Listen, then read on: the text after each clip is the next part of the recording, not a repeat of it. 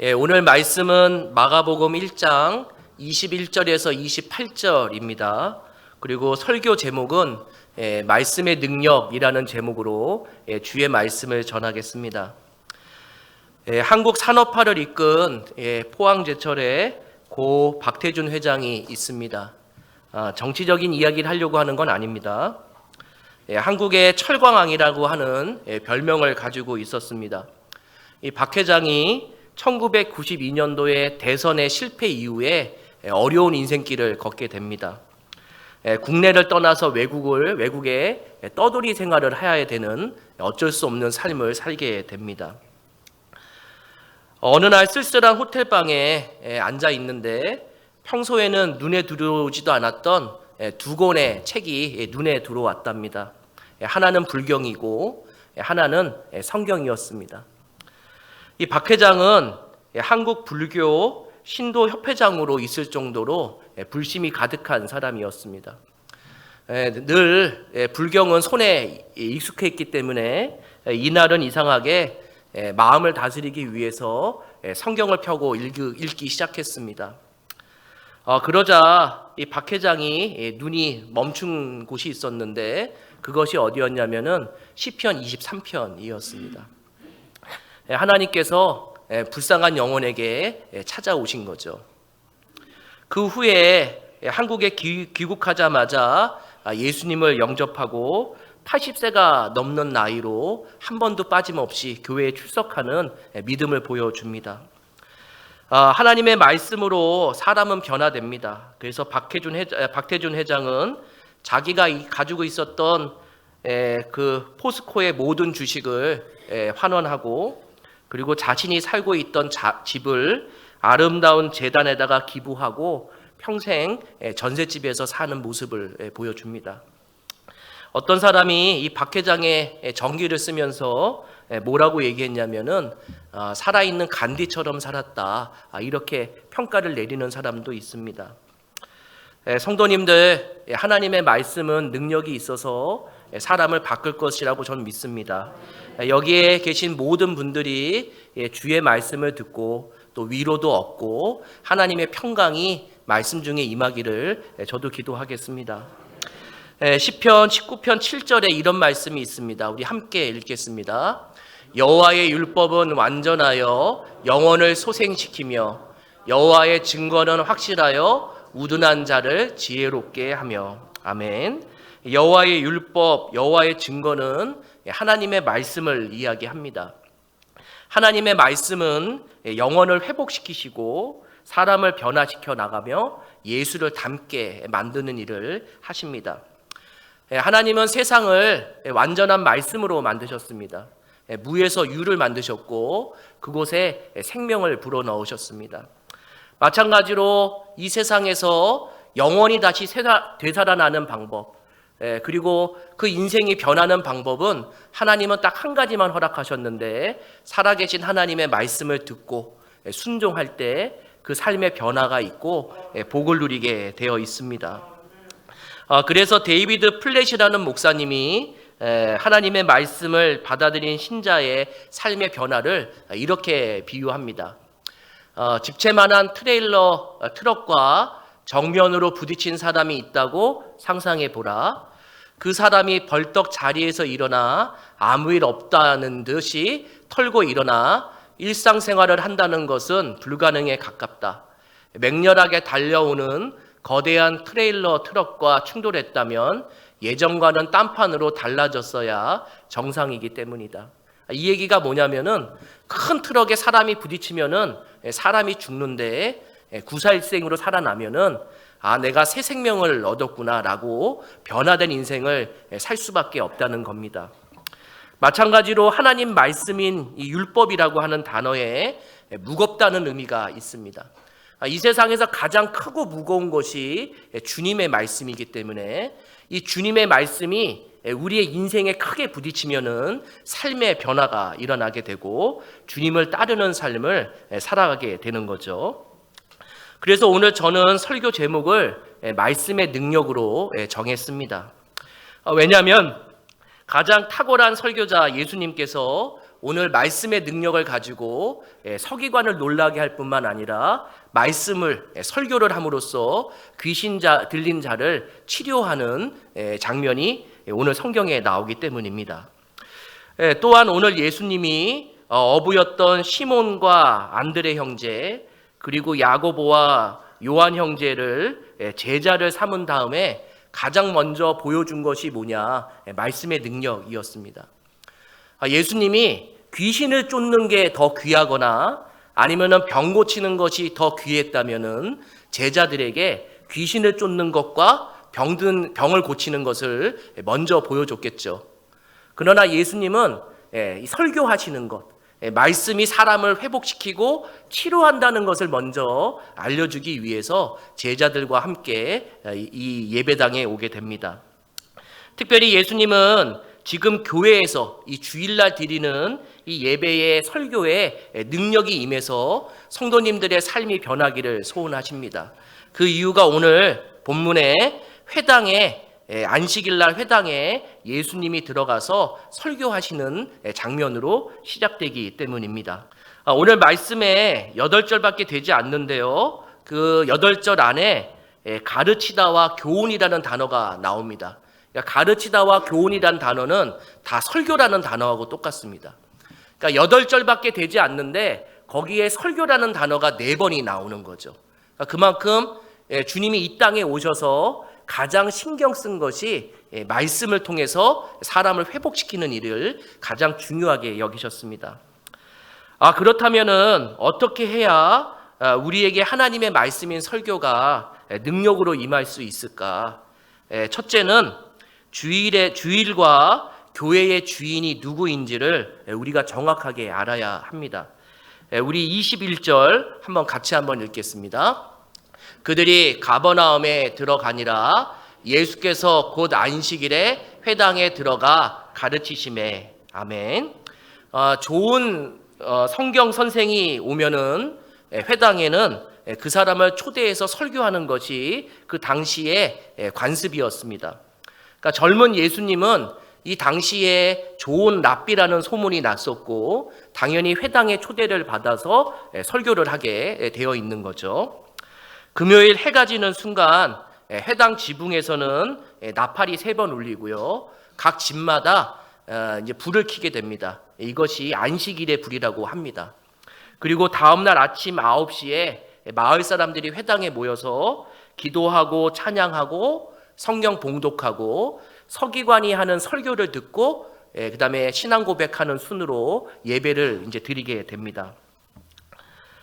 여기서 제일 중요한 게 누구냐면은 서기관이에요. 서기관은 율법 교사라 하기도 하고 랍비라고 하기도 하는데 주로 바리새인에 속한 사람입니다. 하나님의 말씀을 가르치는 역할을 한 거죠. 하나님의 은혜로 바벨론 포로에서 돌아와서 400년 동안 하나님은 이 서기관의 입을 통해서 하나님 말씀을 가르쳤습니다. 근데 중요한 건 서기관도 중요하지만 서기관 자세가 더 중요하다는 거예요. 서기관은 처음 하나님 말씀을 가르쳤을 때 이 교회의 주인 누구인지를 정확하게 알고 있었어요. 교회의 주인이 누구죠? 예수님이십니다. 주인을 정확하게 알면은 서기관은 어떤 마음으로 성경을 가르치게 되냐면 주인 의식을 갖고 성경을 가르치게 됩니다. 근데요, 주인을 잊어버리면은 어떻게 될까요? 주인, 행세를 하는 사람으로 바뀌게 됩니다. 이 서기관들은 자신들이 하나님처럼 자신들의 가르친 대로 따르면은 복을 받고 자신들의 가르친 대로 따르지 않으면은 저주를 받는다고 생각을 했고요. 자신들이 가르치는 대로 따르면은 하나님의 백성이 되고 자신들의 가르치는 대로 따르지 않으면은 저주받는 백성이 된다고 그렇게 가르쳤어요. 주인이 하나님이신데 하나님인 것처럼 자신들이 행세를 한 거죠. 주인 의식과 주인 행세는 공통점이 있습니다. 둘 다 주인은 아니지만 주인처럼 보입니다. 맞죠? 근데 주인 의식은 주인이 누구인지를 알고 주인의 마음과 생각으로 행동하는 걸 얘기합니다. 근데 주인 행세는 주인이 누구인지를 잊어버리고 주인처럼 행동합니다. 제가 아내와 식당을 가끔 가는데 하나 깨달은 게 있습니다. 주인과 종업원이 정확하게 구분이 됩니다. 어떻게 구분되는지 아세요? 주인은 가장 부지런하고 가장 많이 웃고 가장 종처럼 섬깁니다. 기분 나쁘게 들어온 손님이라도 그에게 만족감을 주고 기분 좋게 나가게 하는 것이 주인이에요. 근데 문제는 종업원이에요. 종업원. 주인 의식을 갖고 있는 종업원, 주인 행세하는 종업원. 주인 의식을 갖고 있는 종업원은 손님이 부족한 것을 미리 알아서 채워주고요, 손님들에게 기쁨을 줍니다. 주인처럼 친절하고 주인처럼 종처럼 섬깁니다. 근데 주인 행세하는 종업원은 어떤지 아세요? 손님을 불편하게 만들어요. 제가 반찬이 모자라서 좀 반찬을 갖다 달라고 했더니 자기가 바쁘다고 갖다 먹으래요. 그러면서 저에게 인상을 쓰는 거예요. 마음이 너무 불편해요. 주인 행세하는 사람들은, 주인 행세하는 종업원은 자기가 마음에 들지 않으면은 반찬도 던져요. 근데 여러분, 성도 여러분, 거룩한 안식일과 거룩한 회당, 바꿔 말해서 거룩한 주일과 거룩한 교회, 주인이 누구세요? 예수님이세요. 예수님. 우리는 분명히 이 거룩한 주일, 이 거룩한 교회의 주인은 예수님이라는 것을 알고 있습니다. 하나님은 이 땅에 예수를 보내셔서 교회를 섬기게 하셨는데 종으로 섬기게 하셨어요. 왜냐하면 주인이기 때문에. 그는 주인이기 때문에 남들보다 더 종으로 우리를 섬겼습니다. 그러니까 예수님은 설교도 중요한 것도 아는데 설교의 능력이 나타나게 할 때 가장 중요한 게 뭐냐면은 설교를 듣는 사람들이 교회의 주인, 그리고 주일의 주인이 누구인지를 정확하게 알아야 말씀의 능력이 나타난다는 것을 제자들에게 알려주고 싶었던 거예요. 교회 안에 주인이신 예수님을 닮아가는, 그러니까 주인의식을 갖는 목사와 주인의식을 갖는 성도들이 많으면 많을수록 서로 사랑하고요, 서로 배려하고 서로 종처럼 섬기려고 합니다. 근데 주인 행세를 하려고 하는 목사와 주인 행세를 하려고 하는 성도들이 많아지면은 교회가 어떻게 되는지 아세요? 싸워요. 으르렁거려요. 주인 행세를 하는 성도들이 많고 주인 행세를 하는 목사들이 많으면은 무슨 문제가 생기냐면은 마음에 들지 않으면 내보내려고 그래요. 자기가 주인인 것처럼 행동하는 거죠. 근데 주님은 모든 사람을 사랑하시거든요.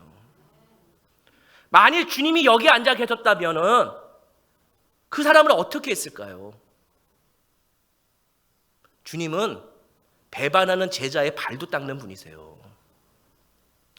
그분은 그 사람을 종으로 섬겨서 변화를 시켰을 거예요.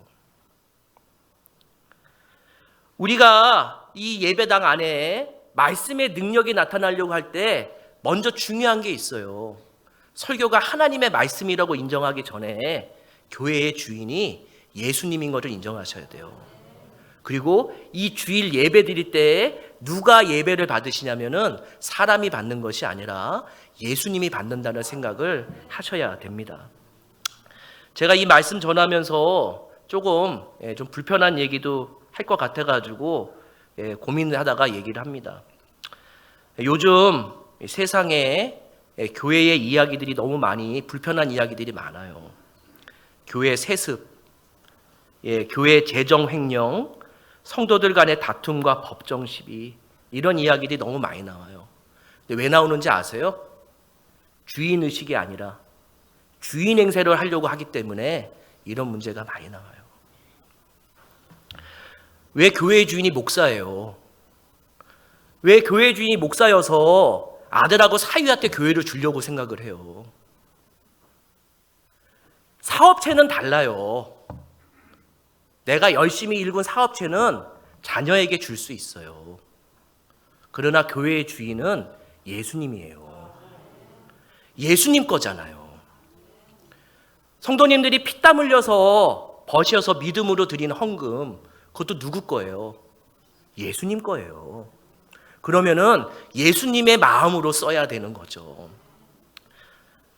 너무 불편해요. 이 교회의 주인은 목사가 아니거든요. 근데 너무나 많이 그 뉴스에 나와요. 왜 목사가 주인이에요? 예수님이 주인이고 예수님의 지체들, 몸에 붙어있는 성도들이 주인이죠. 우리가 교회의 주인이 누구인지를 모르면은 행세를 하려고 그래요. 내가 주인인 것처럼 굴어요. 그러면 사람들이 안 모여요. 그리고 그 안에 말씀의 능력이 임하지 않습니다. 주인의식을 갖는 사람들이 모이면은 하나님의 말씀을 들으려고 더 집중을 해요. 왜 그럴까요? 주인의 이야기를 들어야지 순종하거든요. 근데 주인 행세하는 사람들은 하나님의 말씀을 들으려고 하지 않아요. 주의 말씀을 안 들어야 자기 마음대로 하거든요. 주인 행세를 하는 교회에 어떻게 말씀의 능력이 나타날 수 있겠어요? 우리가 우리 교회를 잘 만들어가고 싶으시잖아요. 우리 모두 다 어떤 마음을 갖고 신앙생활을 해야 될까요? 주인의식을 가지세요. 조금 더 사랑하시려고 그러고, 조금 더 덜 미워하시려고 그러고, 조금 더 낮아지려고 할 때 이 예배당 안에 말씀의 능력이 임하셔서 성도님들의 삶을 복으로 이끄실 거라고 저는 믿습니다. 장로님들하고 의논하진 않았어요. 3월 달에 당회가 있어요. 장로님들하고 의논해서 교회 규정 안에 우리 교회는 세습하지 않는다라고 하는 규정을 의논해서 넣으려고 생각 중에 있어요. 그거를 넣어야 될 거라고 생각을 해요. 왜냐하면은 제가 지금 젊어서 이렇게 얘기를 하지만 저도 사람이잖아요. 그렇죠? 제가 제 자신을 못 믿는데 성도님이 저를 어떻게 믿어요?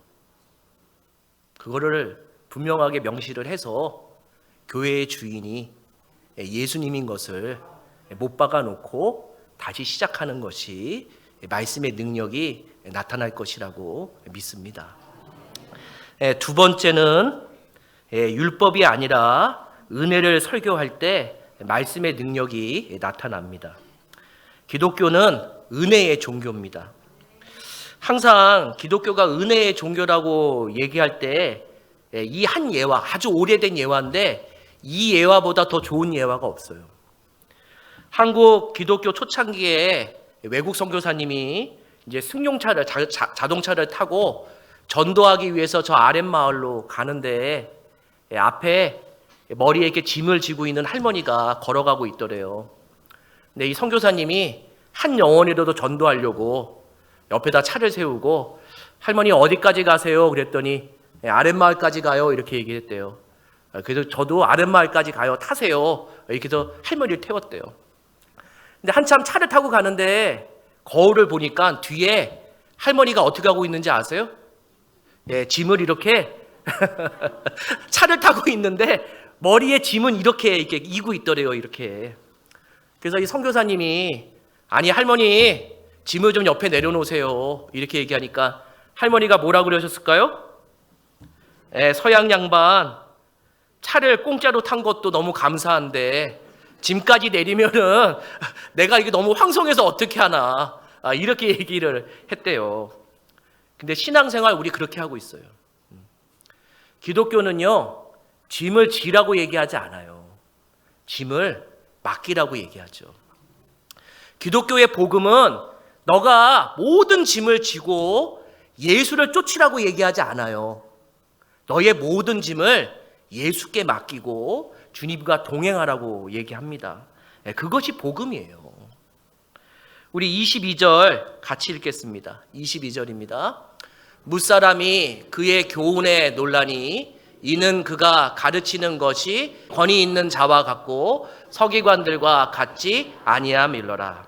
아멘. 그러니까 이 말씀을 보면은 서기관들은 어떤 설교를 했냐면 이런 설교를 한 거예요. 너 하나님께 잘해야 돼. 그래야지 복을 받아. 너 이렇게 하면은 지옥 가. 하나님한테 복을 받으려면은 더 잘해야 돼. 이런 설교를 한 거예요. 예수님은 오늘 말씀에서 구체적으로 어떤 설교를 했는지 모르지만 저번 주에 말씀드렸던 하나님의 다스림에 대해서 설교를 했을 거예요.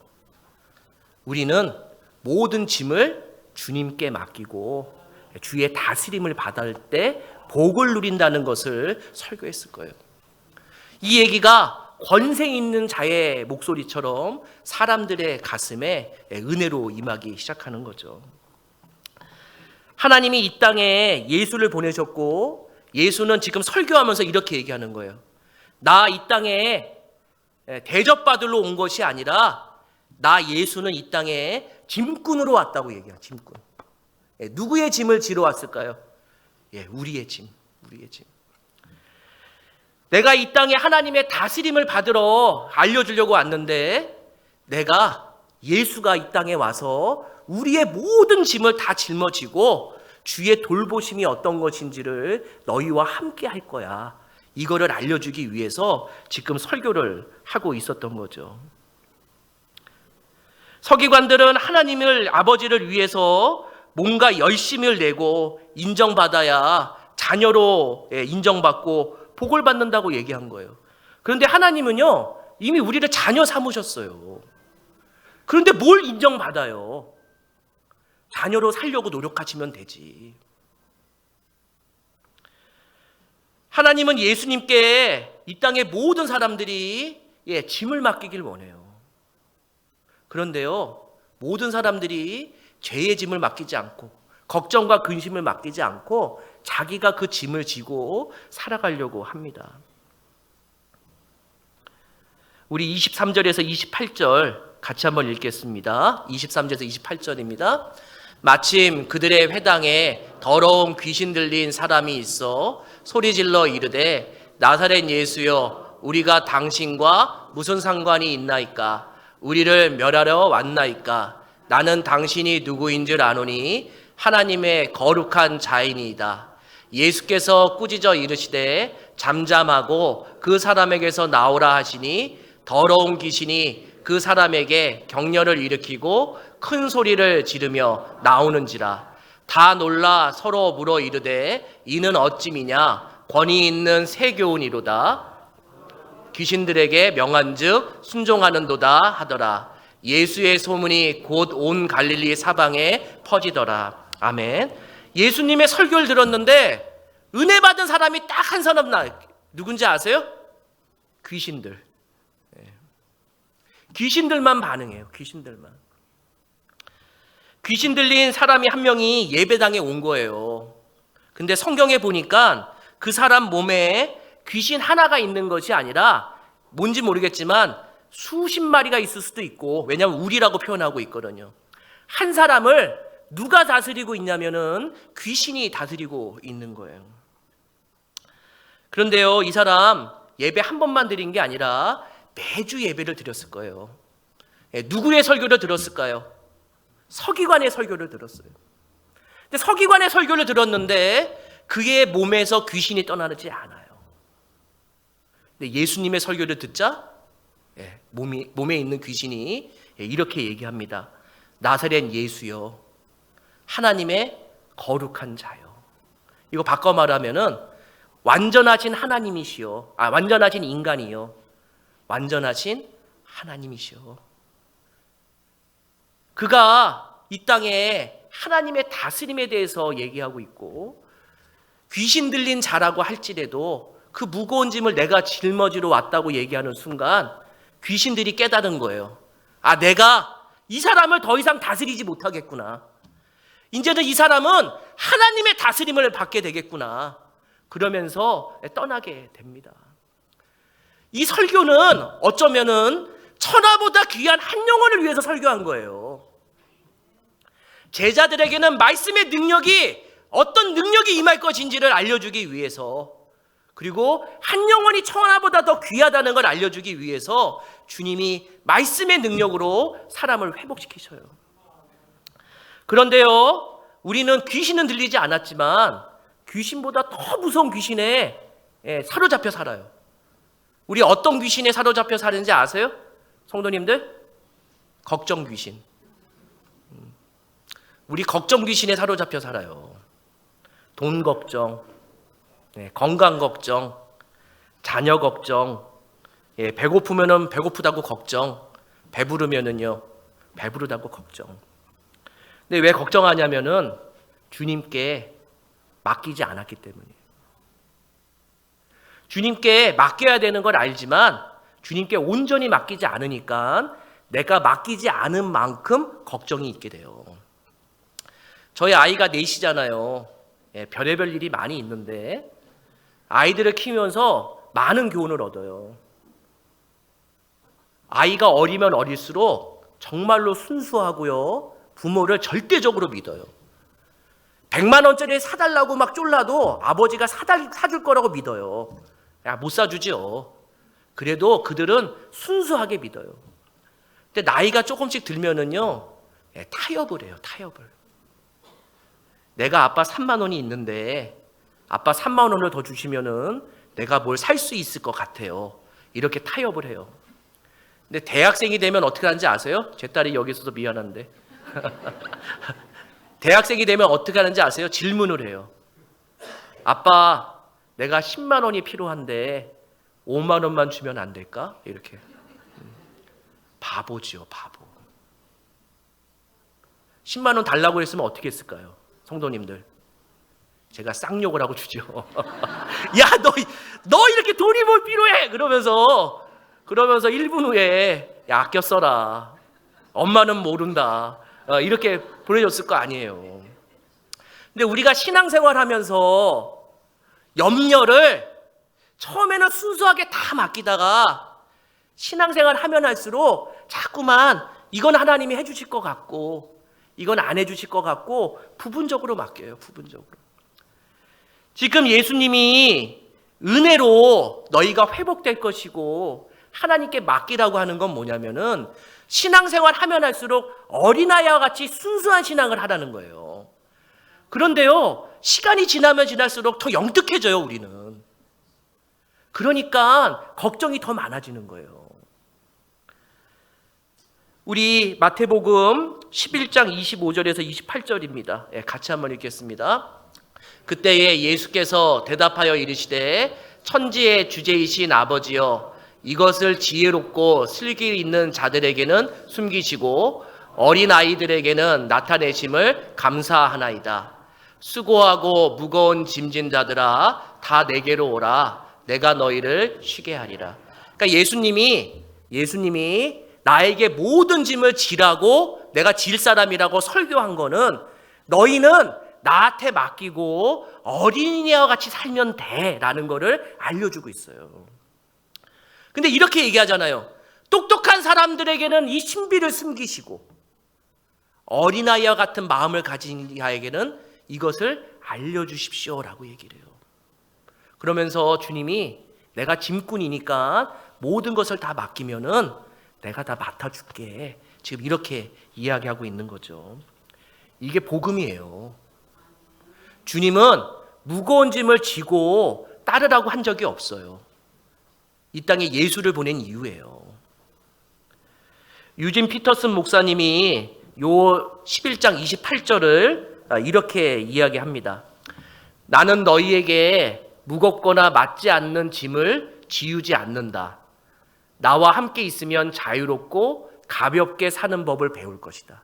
그러니까 신앙생활을 하면 할수록 어떤 거를 배우셔야 되냐면은 내가 짐을 막 지고 가는 걸 배우는 게 아니라 짐을 주님께 어떻게 하면 더 많이 맡길까를 배운다는 거예요. 왜 그럴까요?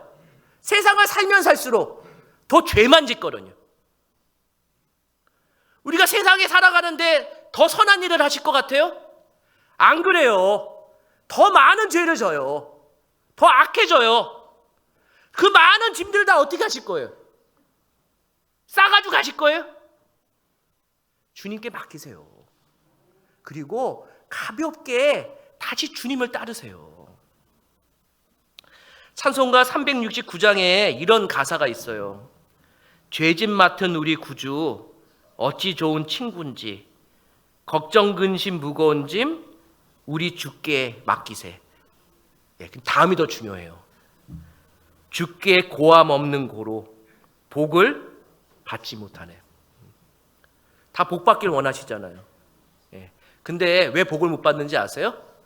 이 무거운 짐을 주님께 맡깁니다라고 고한 적이 없기 때문에 우리가 주님에게 복을 받지 못해요. 시편 55편 22절에 이런 말씀이 있습니다. 내 짐을 여호와께 맡기라. 그가 너를 붙드시고 의인의 요동함을 영원히 허락하지 아니하시리로다. 우리가 무거운 걸 들고 있으면 다리가 후들리잖아요. 어차피 무거운 거 있으면 인생이 주저앉게 되어 있어요. 이거 어떻게 하시려고요? 주님이 답을 주셨어요. 그게 예수예요. 그 예수께 모든 것을 맡기시고 주님과 함께 동행하는 삶을 결단하십시오. 그리고 주님께 맡기면은 걱정하지 마세요. 좀. 제가 이번 주에 지방에 중요한 물건을 택배로 붙이려고 우체국을 갔어요. 택배비를 지불하니까 우체국 직원이 뭐라고 얘기하냐면은 내일 오전에 도착한대요. 근데 제가 직원한테 또 물어봤어요. 내일 오전에 진짜 도착해요? 몇 시에 도착해요? 제 마음이 어때서 그랬을까요? 불안하니까.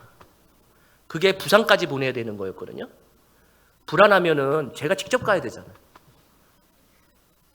나는 직접 가지도 않으면서 우체국을 믿질 못하는 거예요.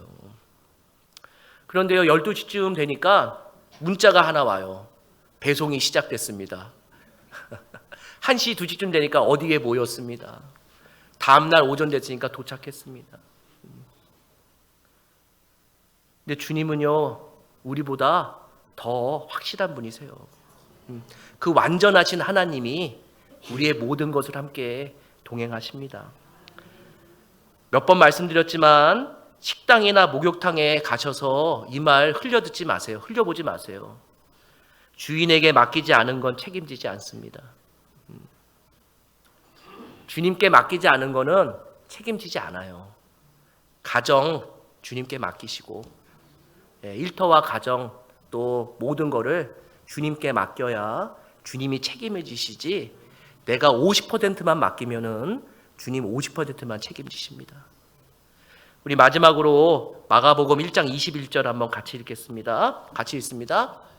그들이 가버나움에 들어가니라. 예수께서 곧 안식일에 회당에 들어가 가르치시매. 아멘. 예수님이 제자들과 처음 방문한 곳이 가버나움입니다. 이 가버나움은 예루살렘에서 보면은 변방에 있는 것 같지만 큰 호수 옆에 있어서 물질이 많았어요. 풍요로웠어요. 그러니까 사람들이 많이 사니까 회당도 교회도 있었고 회당이 있으니까 서기관 같은 목사가 설교도 계속 했었고 그리고 돈이 많은 곳이에요. 그렇기 때문에 세리들이 많아서 세리들이 세금을 걷는 곳이었어요. 가버나움의 뜻이 뭐냐면은 위로의 땅이에요. 위로의 땅. 그곳에 교회도 있었고 그곳에 설교도 많이 들었고 그곳에 물질도 있었지만 그곳은 위로의 땅의 역할을 하지 못했어요. 근데 예수님이 그 가버나움을 정말 뭘로 바꾸셨냐면은 위로의 땅으로 바꾸셔요. 말씀 한 가지로. 그런데 우리가 오늘 말씀의 능력을 꼭 우리에게 임하게 하시려면은 오늘 말씀 듣고 두 가지를 잊지 마십시오. 교회의 주인은 우리가 아니라 예수님이라는 거. 그리고 세상의 모든 짐을 내가 짊어지려고 하지 마시고 짐꾼이신 예수님께 맡기세요. 그러면은 주님이 역사하기 시작하십니다. 우리 같이 기도하겠습니다.